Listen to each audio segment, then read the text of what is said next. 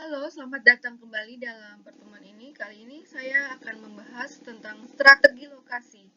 Terima kasih yang sudah mensubscribe video Elita LTV. Pastinya dengan subscribe-nya akan bertambah materi-materi yang lebih menarik lainnya.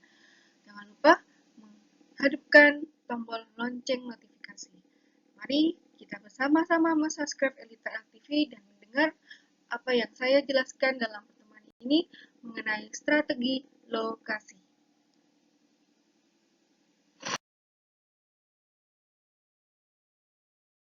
Saya akan bertemu kembali di sini dengan apa itu definisi lokasi. Lokasi, istilah layout dan lokasi biasanya sangat membingungkan ya, karena keduanya itu membahas mengenai penempatan peralatan perusahaan. Layout adalah tata letak mesin dan peralatan, termasuk perkantoran yang berkaitan dengan kegiatan operasional internal perusahaan. Lokasi adalah tempat ya di mana perusahaan beroperasi yang dikaitkan dengan kegiatan operasional eksternal perusahaan. Di sini penentuan lokasi ini harus punya tujuan, di mana tujuan utama yang ingin dicapai dalam penentuan lokasi perusahaan adalah untuk memperoleh manfaat lokasi yang efisien bagi perusahaan. Bentuk efisiennya antara lain satu, efisiensi dari segi penyerapan informasi. Nah, ini menekankan mudahnya hubungan dengan berbagai pihak seperti pemerintah, bank, rekanan, pertemuan dengan para pelanggan dan calon pelanggan. Yang kedua, efisiensi dari sisi operasional. Nah, kegiatan fisik ingin dicapai dalam mendapatkan bahan baku, sumber energi, sewa tanah untuk pabrik dan pajak yang murah. Faktor penentu lokasi dalam pertimbangan dari sisi input ini berhubungan dengan para supplier, diantaranya adalah satu, kemudahan dalam mendapatkan bahan baku. Yang kedua, kemudahan dalam mendapatkan tenaga kerja yang murah. Yang ketiga, kemudahan dalam transportasi. Yang keempat, kemudahan dalam mendapatkan air. Ada beberapa faktor ya dalam menentukan lokasi. Di mana di sini ada pertimbangan dari sisi proses yang berkaitan dengan penciptaan produk dan kegiatan operasional. Antara lain satu, kondisi tanah termasuk harga dan iklimnya. Yang kedua, peraturan lingkungan hidup. Yang ketiga, peraturan pemerintah mengenai pajak dan upah buruh. Yang keempat, tanggapan masyarakat setempat terhadap perusahaan. Yang kelima, kemudahan dalam memperoleh utilitas seperti gas, listrik, air. Yang keenam, kemudahan transportasi dan lain-lain yang berhubungan dengan transportasi. Dan yang ketujuh adalah industri pendukungnya.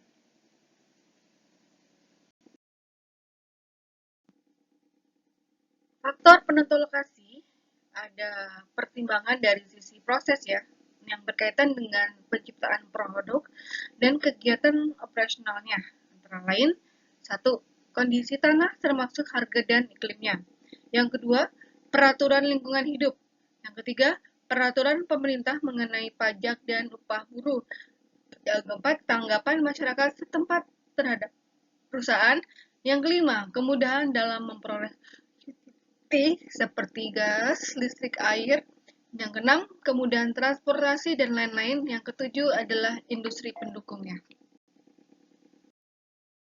Faktor yang mempengaruhi kebutuhan lokasi ini adalah antara lain untuk berdasarkan keputusan negara ya. Misalnya keputusan negara juga mempengaruhi penentuan lokasi. Dari strategi lokasi pada sebuah operasional perusahaan. Usaha negara ini antara lain satu, resiko politik, peraturan, sikap, dan insentif pemerintah.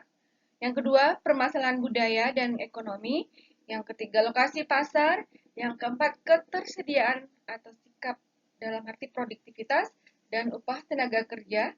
Yang kelima, ketersediaan pasokan, komunikasi, dan energi. Serta yang keenam adalah risiko nilai tukar dan mata uang.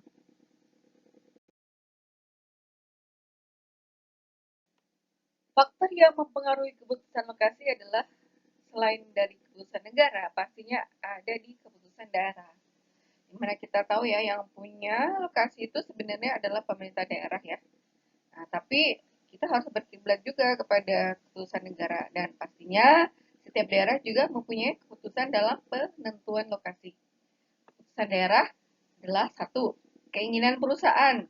Dua, segi-segi menarik dari daerah tersebut seperti budaya, pajak, iklim, dan sebagainya. Yang ketiga, ketersediaan, sikap, serikat pekerja, dan upah tenaga kerja. Yang keempat, biaya dan ketersediaan layanan umum. Yang kelima, peraturan lingkungan hidup setempat. Yang keenam, intensif dan pemerintah. Yang ketujuh, kedekatan dengan bahan baku dan konsumen. Yang kedelapan adalah biaya tanah, dalam hal ini adalah pembangunannya.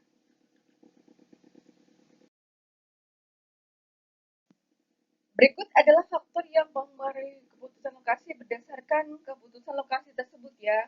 Pastinya itu punya ada beberapa keputusan yang harus kita ambil, di mana keputusan lokasinya adalah satu, ukuran dan biaya. Kalau biaya lokasinya mahal atau murah itu tergantung dari kita yang mengambil.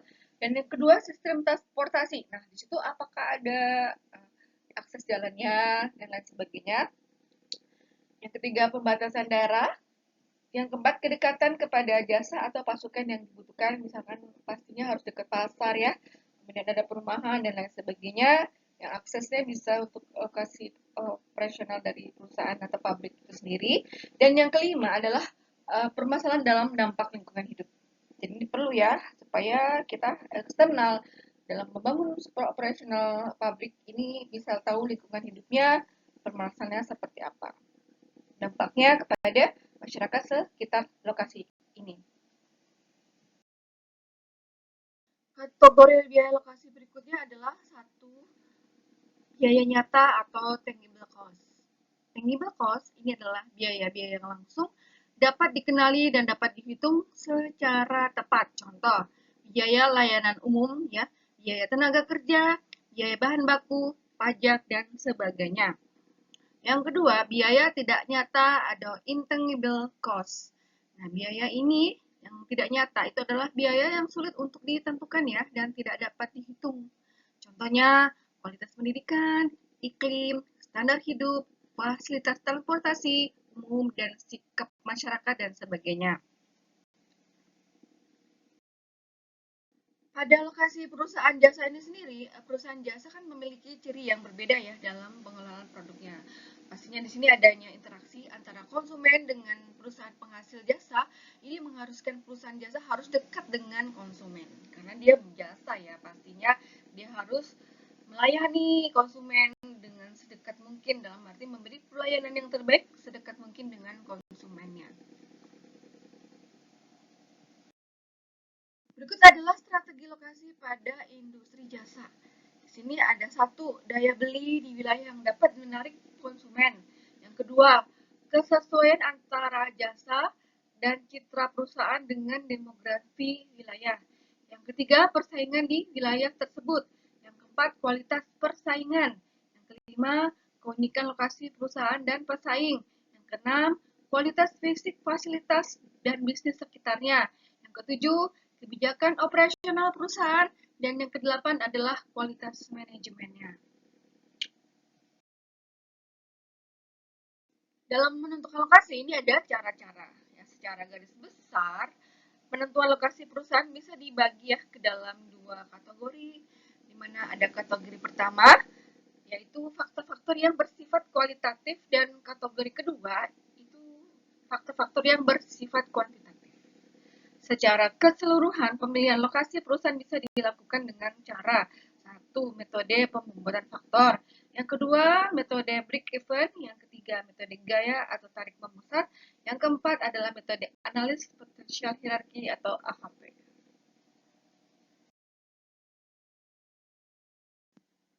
Ini ada metode ya dalam evaluasi alternatif lokasi. Metode-metodenya antara lain adalah satu, metode peringkatan. Dalam hal ini adalah faktor rating method. Ini sebuah metode penentuan lokasi yang mementingkan adanya objektivitas dalam proses mengenali biaya-biaya yang sulit untuk dievaluasi. Yang kedua, analisis titik impas lokasi.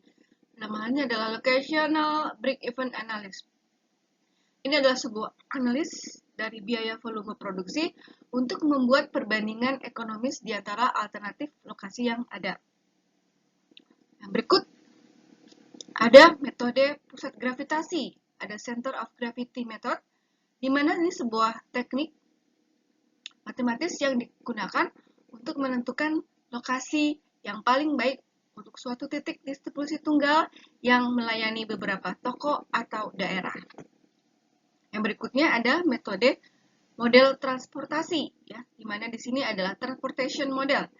Ini sebuah teknik untuk menentukan pola pengiriman terbaik dari berbagai titik pemasok ke beberapa titik permintaan sehingga minimalkan biaya produksi dan transportasi total. Ada langkah-langkah dalam metode pembuatan faktor ya, di mana di sini satu, tentukan faktor-faktor yang akan dianalisis. Yang kedua, tentukan bobot masing-masing faktor. Nah, total bobot harus 100%. Yang ketiga, tentukan lokasi-lokasi alternatif. Yang keempat, nilai skor masing-masing lokasi berdasarkan faktor-faktor yang telah ditentukan. Misal harga tenaga di lokasi A berapa, lokasi B berapa, dan seterusnya.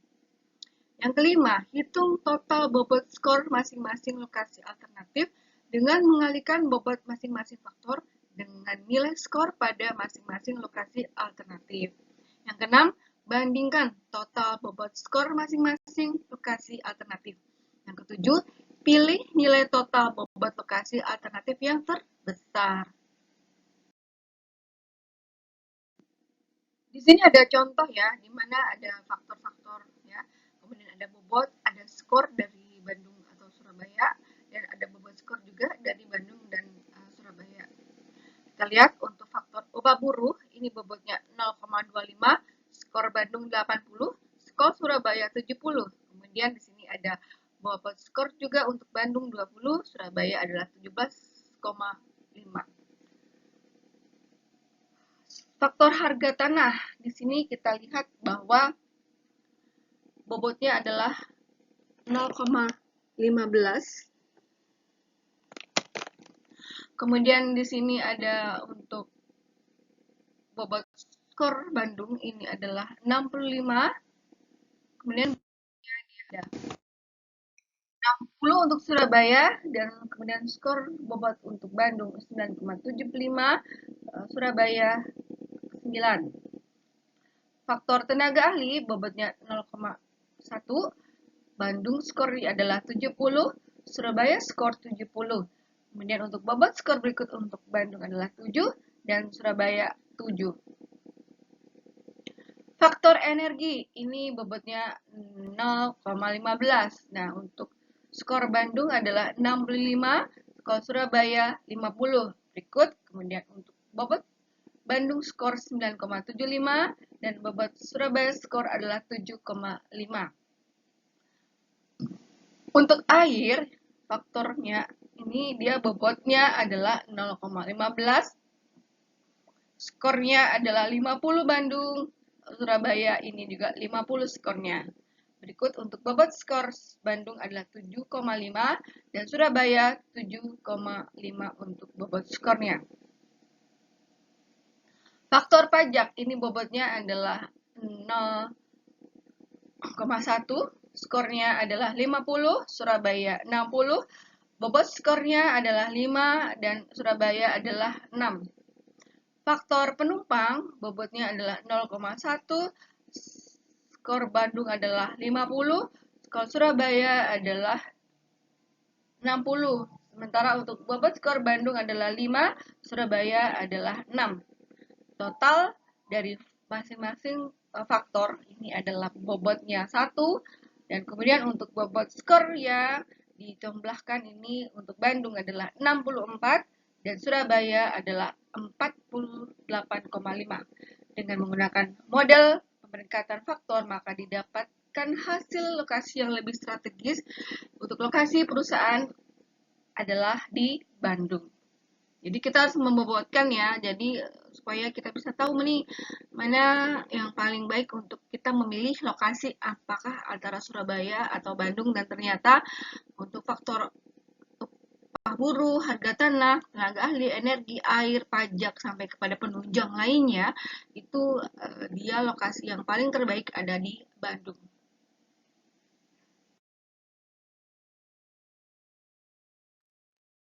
Persaingan bukan harga diferensiasi produksi. Di sini setiap perusahaan akan memproduksi barang yang mempunyai sifat khusus dalam hal corak, mutu, desain, mode, dan merek yang berbeda-beda. Bagi perusahaan, mampu menciptakan suatu bentuk kekuasaan monopoli dengan menghasilkan suatu barang tertentu yang berbeda dari barang lainnya. Perusahaan menciptakan suatu penghambat kepada perusahaan-perusahaan lain untuk menarik para langganannya. Bagi konsumen, pilihan mereka untuk membeli suatu barang menjadi lebih beraneka ragam. Ini memungkinkan mereka membeli barang yang benar-benar sesuai dengan keinginannya. Untuk metode break even, ini ada analisis ditekankan pada biaya-biaya yang akan dijadikan lokasi perusahaan. Nah, semua faktor yang dianalisis akan dirubah dan dikelompokkan menjadi biaya tetap. Dalam hal ini adalah fixed cost dan biaya variabel atau variable cost. Selanjutnya, biaya masing-masing lokasi alternatif diplot pada grafik yang sama untuk melihat masing-masing total biayanya dibandingkan dengan biaya-biaya pada lokasi yang lainnya.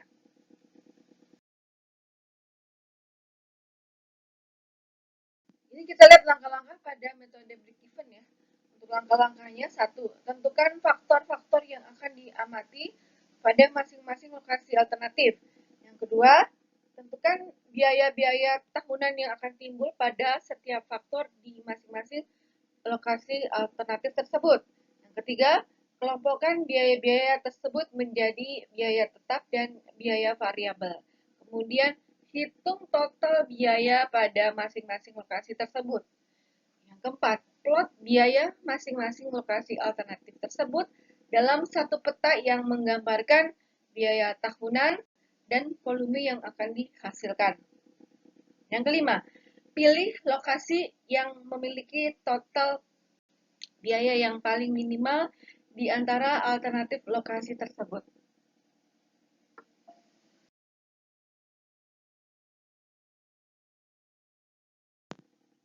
Ini ada contoh ya, contoh di mana kita bisa menentukan bagaimana perusahaan itu sebaiknya didirikan pabriknya.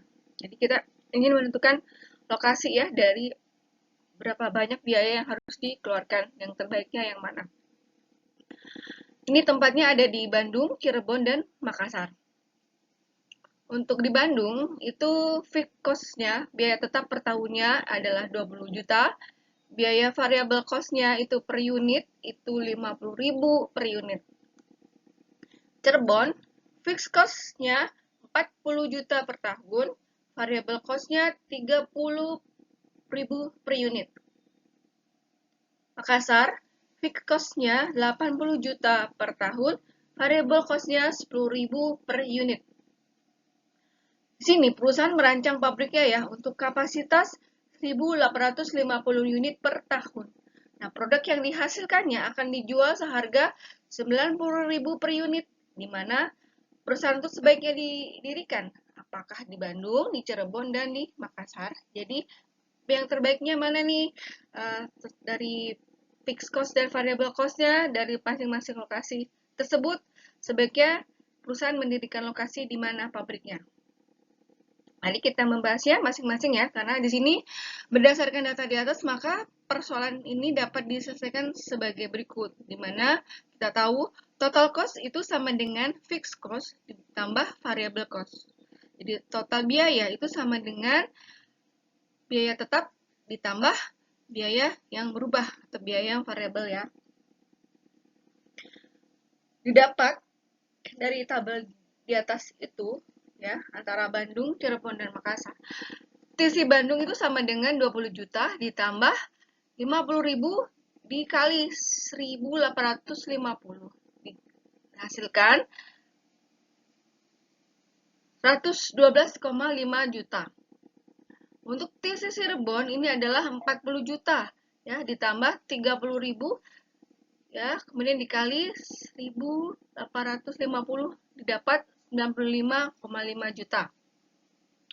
Untuk total kos Makassar ini ada 80 juta ditambah 10.000 dikali 1.850 sama dengan 98,5 juta.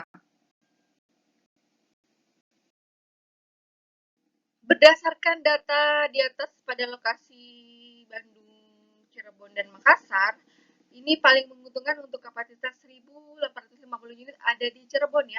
Nah, ini bisa dibuktikan sebagai berikut. Profit itu sama dengan TR dikurangin TC ya. TR itu adalah total revenue dikurangin total cost, di mana nilai dari TR ini adalah P dikali Q, sementara TC ini adalah FC ditambah VC dikali Q ya. Kita lihat sini masing-masing lokasi ya untuk Bandung, Cirebon, dan Makassar. Bandung itu TR dikurangi TC-nya sama dengan 90.000 dikali 1.850 dikurangin 112,5 juta. Ini didapat 166,5 juta dikurangin 112,5 juta, maka Bandung adalah profitnya sebesar 54 juta. Untuk Cirebon ini adalah TR dikurangi TC-nya itu 90.000 dikali 1.850 dikurangi 112,5 juta. Nah, ini sama dengan 166,5 juta dikurangin 112,5 juta, maka didapat profitnya Cirebon adalah 54 juta. Untuk Makassar, TR dikurangin TC-nya adalah 90.000 dikali 1.850 dikurangi 112,5 juta. Nah, didapat 166,5 juta dikurangin 112,5 juta. Maka Makassar didapat adalah 54 juta. Di sini adalah tabel ya, di mana kita tahu bahwa Makassar itu datar ya, karena di sini dari 1.000 ke 200 unit. Kemudian Bandung yang paling tinggi pergerakannya, kemudian Cirebon itu agak melandai dibanding Bandung.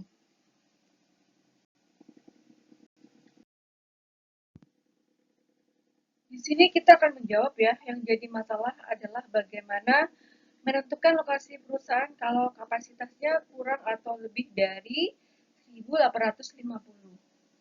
Ini berdasarkan data grafik, ada perpotongan antara Bandung dan Cirebon ya, dan Cirebon, Makassar. Di sini kita bisa hitung ya sebagai berikut.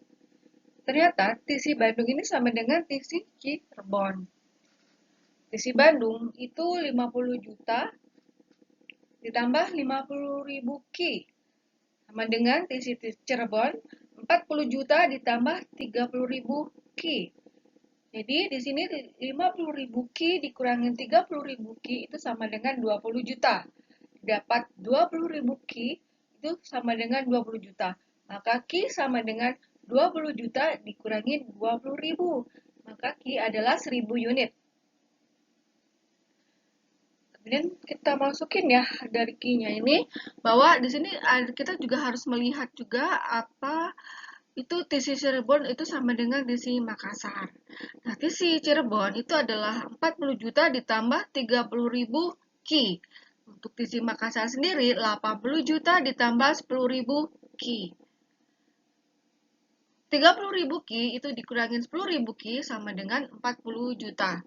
Di sini ada 20.000 Ki sama dengan 40 juta. Ki-nya 40 juta dibagi 20.000. Ki-nya 2.000 unit. Besarnya nilai pada masing-masing perpotongan ini menunjukkan bahwa apabila kapasitasnya 1.000 maka dibangun di Bandung. Apabila kapasitasnya 1.000 dikurangi 2.000 unit maka dibangun di Cirebon. Apabila kapasitas lebih dari 2.000 unit maka dibangun di Makassar. Ini kita ada metode pusat gravitasi ya, bahwa di sini ada metode pusat gravitasinya. Contoh ada Quaint Department Store, ini mempunyai 4 outlet besar di Chicago, Pittsburgh, New York, dan Atlanta. Nah, toko-toko tersebut ini dipasok oleh sebuah gudang tua ya di Pittsburgh yang kini sudah tidak memadai lagi. Nah, perusahaan memutuskan untuk menentukan atau menemukan lokasi baru untuk membangun gudang baru. Dengan data berikut ini, pastilah kita harus menghitung, kita harus menggunakan metode pusat gravitasi untuk menentukan lokasi tersebut, data titik koordinat dan tingkat permintaan setiap outletnya. Ini kita menghitung berdasarkan metode pusat gravitasi. Ini ada lokasi toko ya, di mana di sini kita tahu lokasi tokonya ada di Chicago, Pittsburgh, New York, dan Atlanta. Dari lokasi toko ini masing-masing punya titik koordinat dan jumlah kontainer yang dikirim. Chicago, titik koordinatnya 30,120 dengan jumlah kontainer yang dikirim adalah 2000. Pittsburgh, titik koordinatnya 90,110 yang jumlah kontainer yang dikirimnya adalah 1000. New York, titik koordinatnya adalah 130,130, di mana jumlah kontainer yang dikirim adalah 1000. Atlanta, titik koordinatnya 60,40, jumlah kontainer yang dikirim adalah 2000. Metode pusat gravitasi ini ada koordinat X ya, yang pusat gravitasinya rumusnya adalah sigma DIX ya, dikali QI dibagi semuanya dengan sigma IQI. Koordinat X pusat gravitasi ini ada 30 dikali 2000 ditambah 90 dikali 1000 ditambah 130 dikali 1000 ditambah 60 dikali 2000. Semua itu dijumlahkan, dibagi dengan 2000 ditambah 1000 ditambah 1000 ditambah 2000. Koordinat X pusat gravitasi itu ada 400.000 dibagi 6.000 itu sama dengan 66,7. Koordinat Y pusat gravitasi ini adalah sigma DIY dikali QI dibagi sigma IQI. Koordinat Y pusat gravitasi ini adalah penjumlahan dari 120 dikali 2000 ditambah 110 dikali 1000 ditambah 130 dikali 1000 ditambah 40 dikali 2000. Itu semua dijumlahkan, itu dibagi dan dengan 2000 ditambah 1000 ditambah 1000 ditambah 2000. Koordinat Y pusat gravitasi ini menjadi 560.000 dibagi 6.000, maka koordinat Y pusat gravitasi ini sama dengan 93,3.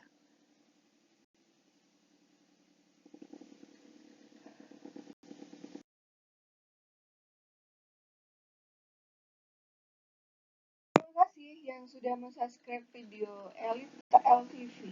Pastinya sangat berterima kasih saya karena akan menambah materi-materi yang menarik lainnya. Terima kasih.